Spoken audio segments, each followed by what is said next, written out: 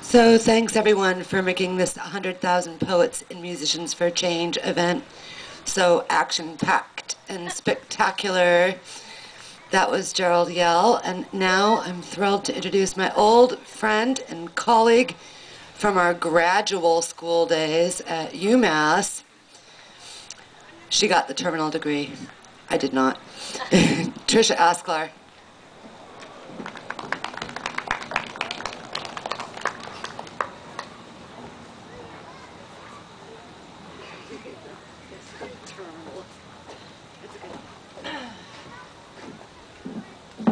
Which one works here? This one? Yeah. All right. I'm going to just lower this. I'm just a little bit vertically challenged. Thank you, Elizabeth, for inviting me out to the Valley again. Thank you for having this 100,000 Poets for Change. And I encourage you to pick up a copy of her journal, Meat for Tea, if you can, which is available today. And I'm so pleased to be back in the Valley after a 6-year hiatus out of Massachusetts and Rochester, New York, which was wonderful, actually. Not so bad. But I'm happy to be back in the state and close enough to come back for day trips. I'm south of Boston now. And I did survive the terminal degree. Good thing. Today I'll read a few poems about working and guns and war through my own particular familial lens. And the other poems I selected for today have to do with having a wife and 3 kids and all the implication of that in this ever-changing political, social environment.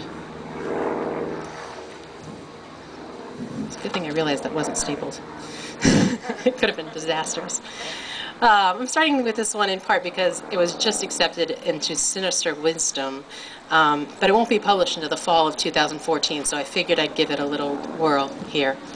And since Lori read some marriage poems, I'll read a marriage poem. It's called After Marriage. Say we move the way we did 4 years ago, on a walk that we should have registered for and realized the danger only later, waterless and hitchhiking on the park road.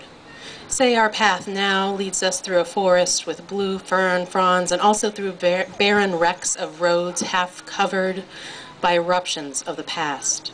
A stop sign on no visible asphalt bends over and directs skyward. You rest your palms at its red center, pound it a few times. Wild orchids shiver at the base. Say running out of water makes the hike more vivid, upending our bottles, a practice in penance rarely taken. We'll find some petroglyphs, walk carefully too close to danger.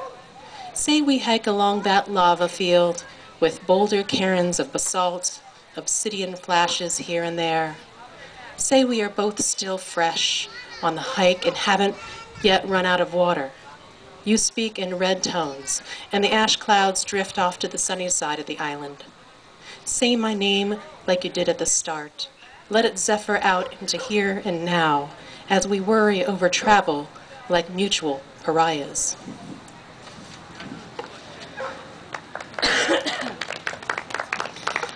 So I have twins, and a 2-year-old twins and a 4-year-old daughter. So they just gave me this virus that I'm getting over, so sorry if I'm coughing here and there.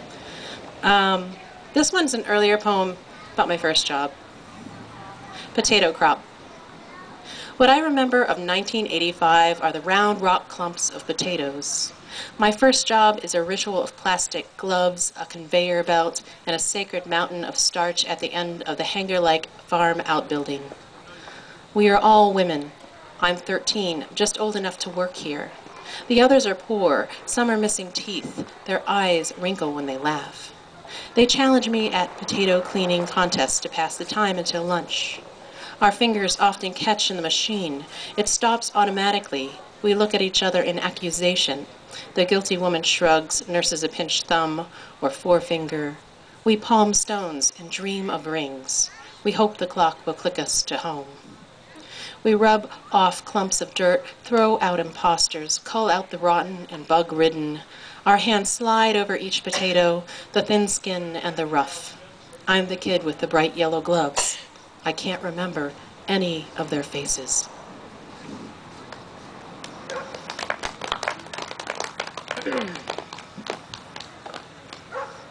And so I was thinking a lot about what the meaning of 100,000 Poets for Change was when I was selecting these, and a lot of these have to do with just personal relationship to guns in my family. So this one is called The History of Guns in the Family. Pull the trigger, my brother says. We're at some range where meltwater creases the dirt roads and the bedrock quivers every time someone rounds off.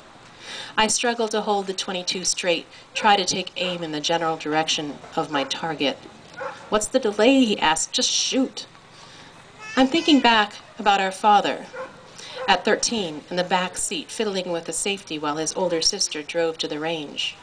She hit a rut, and a tiny slug punched a clean hole through the driver's side door. My brother pulls at the buttons of his flannel shirt. You gonna shoot or what? I nod and swallow.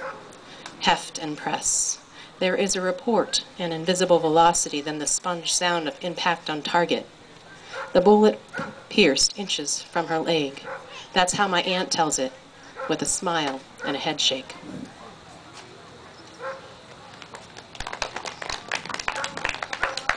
Yeah, my dad has like guns, like he has a gun safe. Scary. This is about my dad as well. It's called Wyndham. It's got an exceedingly long title. When the nephrologist tells my father he must stop eating anything with eyes or that comes with anything with eyes. His hand shakes a little. My feet are paying for the day walking, he says. This diet is like growing up, doctored up baked beans and bread with ketchup every day. He walks out to the water's edge and dips his feet before neuropathy takes them away, before doctors determine the legs will have to go, before the fatigue of daily treatment. We all fall in love with our own power, he says. He went into the Cambodian jungle with a sense of purpose and a team of a few hundred, mostly Montagnard soldiers. Most everyone died there. I thought I could make a difference. He goes to the gun range every Wednesday with a friend. After he has fries, skips the burger. He has a jigsaw puzzle going at home most days. Years after I stopped being a vegetarian, who knew my father would keep a food journal, mark the cookbooks I gave him with tabs, like he lines up good targets from the range.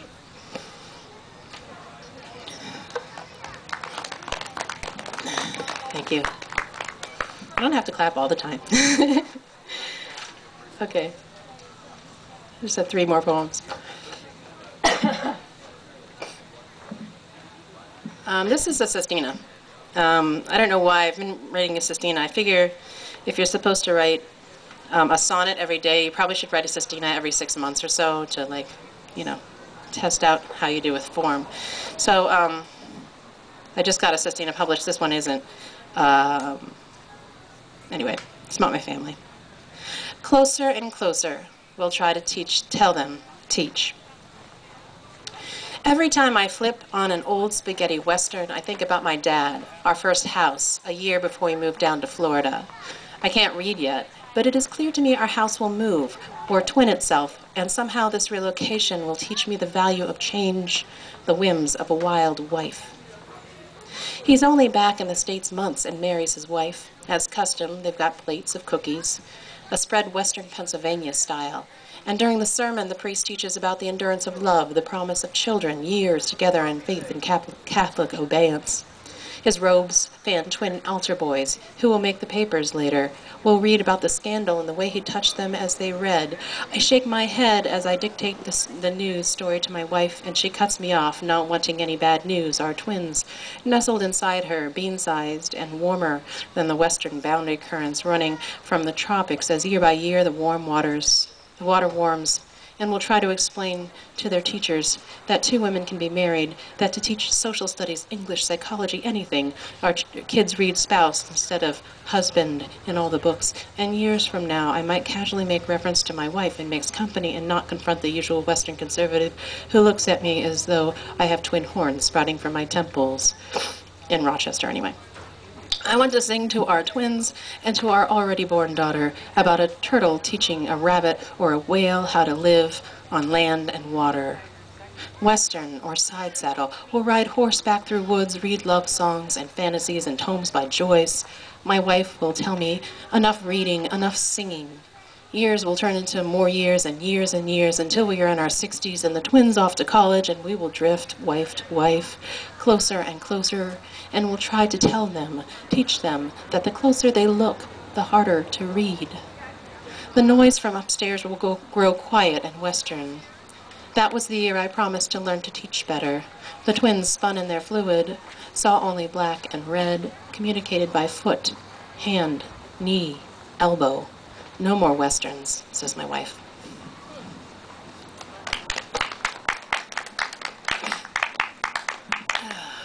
That last line still gets me. I don't know if I can get that right. When you repeat them that many times, that's a tough one. All right.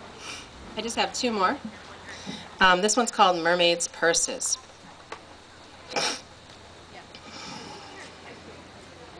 Mermaids' purses house baby sharks, I learn as I pick up my daughter from school. The children use sandpaper to imitate rough scales over their gray construction paper fish. They then nestle them in stapled pockets. The teacher impresses the lesson on us as we leave. Remember, sharks don't have eggs, they have purses. I imagine an ocean full of multicolored pulp-covered fish. When we get home, my daughter visits each dead grass pile, writes A's all over the inside of the upside-down garden box I fused together with lag screws earlier. Give me the thing you think I want, she says. I show her a nickel-sized black spider living in the basement bulkhead.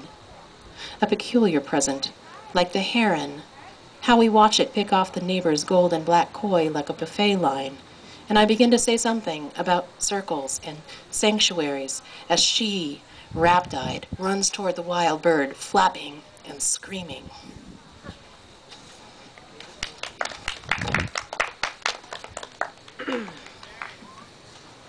This is the last poem, and it's called Returns, and it uses a lot of anaphora, and it's after a poem that I read by, it's actually after an exercise offered by, I think, Dorian Locks and Kim Adonisio, both of whom have taught me here and again. Returns. Give me back the deep sleep, the breathing of the old dog who slept inside our house only once because he ate rat poison and had his stomach pumped. Give me back the money I saved for that toy that didn't include tax and my parents wouldn't pay the 40 cents. Give me back the stolen kiss behind the busted metal shed in Florida and make it my best friend and not the boy. Give me back that comic book I never finished reading in my cousin's room when I was 11. Give me back the smooth hum of my first car before it failed. Give my heart back before Amelia, before her small salad untouched, her unwashed dishes and neglected husky. Give me back the lemon from our first citrus tree. Give me back the clippings from the plant she gave me. Give me a cabin in the forest with a wood stove like the potbelly we had in Erie in the first house. The drafty room with a smoky scent of 2 years old. The thing of it is, I don't need the smoke or the potbelly or the cabin facing the sunrise. The thing of it is, the citrus trees have all died and been replaced by oak and bottle brush. The thing is, I never wanted Amelia in the first place, but she needed me, and that was enough at the time. The thing about time is that it is a neglected dog, has failed for years before we notice. The thing I remember is the comic book I read at dinner the night she had a stroke, miles away, while I dreamed of a stolen kiss I never had, next to the toy I left paid for with a cashier waiting for the tax my parents never coughed up. I want the used-up breath of that poisoned dog in a bottle that I can unhook just to hear it whisper, "Give me back." Thanks.